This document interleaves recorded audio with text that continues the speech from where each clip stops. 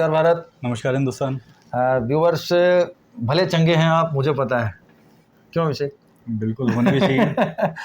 चलो आज बात करते हैं एक ऐसे विषय पर जिसके बारे में हो सकता है बहुत कम बात हुई हो, या हो सकता है हमने भी थोड़ी बहुत कभी बात की हो। आज खुलकर बात करेंगे। अभिषेक, कुछ दिनों पहले मेरे पास एक आदमी आया हुआ था, उससे बातचीत हो रही थी। बातचीत करते करते उसकी वसीयत और विल के बारे में बात हो रही थी, और होते होते ये पता चला कि उसने अपनी प्रोबेट के लिए नगर पालिका में आवेदन कर दिया।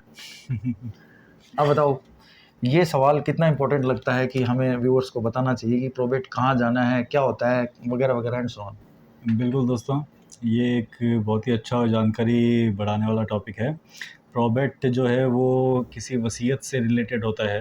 तो जो उम्मेद ने भी क्वेश्चन पुट अप किया कि एक इसके जानकार व्यक्ति ने कहा कि मैं नगर परिषद में चला गया था प्रोबेट के लिए, तो ऐसा नहीं होता है दोस्तों।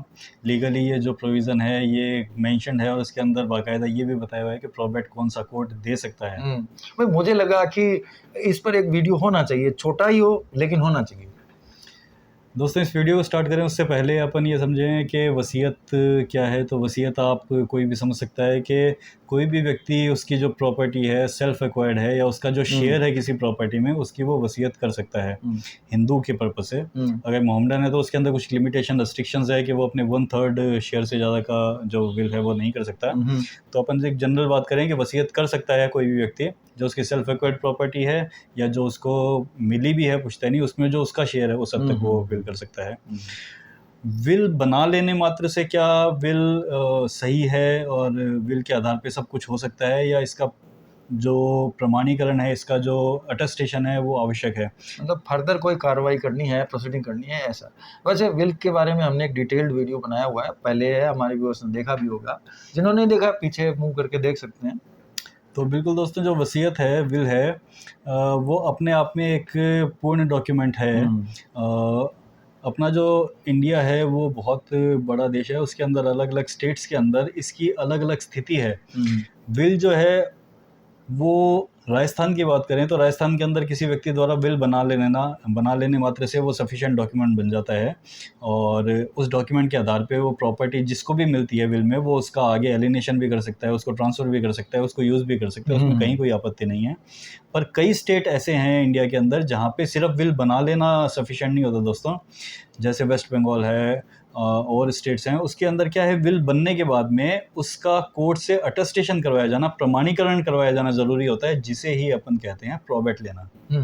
मतलब उस विल जो है उसकी जेन्युइननेस चेक की जाती है, असली है या कहीं फोर्स तो नहीं है। बिल्कुल, उसके अंदर जेन्युइननेस चेक की जाती है, और वो जो कोर्ट विल का प्रोबेट ग्रांट करती है वो एज ए होल सबके लिए वैलिड एक जेन्युइन डॉक्यूमेंट बन जाता है। अगर किसी विल के ऊपर कोर्ट का ठप्पा लग गया, कोर्ट की मोहर लग गई कि जेन्युइन है, तो उसके बाद में उसको कोई चैलेंज नहीं कर सकता है। तो विल को प्रोबेट इसीलिए लिया जाता है कि उसका प्रमाणीकरण करवा लिया जाए कि ये वैलिड है डॉक्यूमेंट जो है, और इसके आधार पे आगे कुछ भी ट्रांसफ़र किया जा सकता है या इसके आधार पे प्रॉपर्टी का यूज़ किया जा सकता है। अच्छा अभिषेक, दिमाग में सवाल उठ रहा है कि किस कोर्ट में जाना है, क्योंकि वसीयत हमारे पास मौजूद है। अब ये सवाल आता है कि कहाँ जाना। हमने स्टार्ट यही से किया था कि कहीं कोई नगर पालिका में ना पहुंच जाए। हाँ दोस्तों, ये जो विल का प्रोबेट है ये फर्स्ट ऑफ ऑल तो कोई एडमिनिस्ट्रेशन नहीं दे सकता, कोई एडमिनिस्ट्रेटिव कोर्ट नहीं दे सकता, ये एक जुडिशियल कोर्ट है वो दे सकता है। और जुडिशियल कोर्ट में भी जो प्रिंसिपल सिविल कोर्ट है, आपके ज़िले का जो भी प्रिंसिपल सिविल कोर्ट है, जिसको नॉर्मली डीजे कहते हैं, डिस्ट्रिक्ट जज कहते हैं, उसके पास ही प्रोबेट के लिए आपको अप्लाई करना पड़ता है।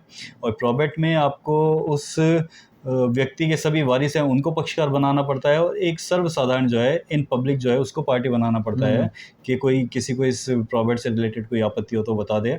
उसके बाद में कोर्ट तय कर देता है कि ये विल जो है ये जेन्युइन है कि नहीं है। अगर आपकी विल जेन्युइन है तो कोर्ट उसका प्रोबेट इशू कर देता है, और अगर विल में कोई डिस्प्यूट हो, विल अगर जेन्युइन नहीं लगे, तो कोर्ट आपका प्रोबेट रिजेक्ट कर सकता है। अच्छा, ये बताया कि कोई ऑब्जेक्शन आता है तो क्या कोर्ट उसको ऑब्जेक्शन को भी देखता है, चेक करता है, या खारिज कर देता है? नहीं, बिल्कुल ऑब्जेक्शंस को चेक करता है। ऑब्जेक्शन करने को कोई भी कर सकता है, मान लो परिवार का भी कोई सदस्य कर सकता है, कोई झूठा ऑब्जेक्शन भी कर सकता है। तो कोर्ट उसको चेक करेगी, आपकी जो एवरमेंट है, आपने जो बात कही है उसको चेक करेगी, जिसने ऑब्जेक्शन किया है उसको चेक करेगी। उसके बाद में दोनों को तोल करके, दोनों के एविडेंसेस को देख करके तय कर देगी कि इस विल का प्रोबेट दिया जाना चाहिए, ग्रांट किया जाना चाहिए या नहीं। तो मैं तो यही उम्मीद करूंगा कि हमारे व्यूअर्स को थोक में प्रॉपर्टी मिले, विल में बहुत सारी मिलनी चाहिए, क्यों विषय खुशी तो होती है बिल्कुल।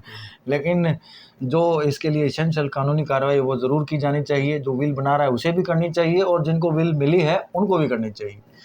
तो आज के अंक से हम दोनों अब विदा लेना चाहेंगे। नमस्कार। नमस्ते।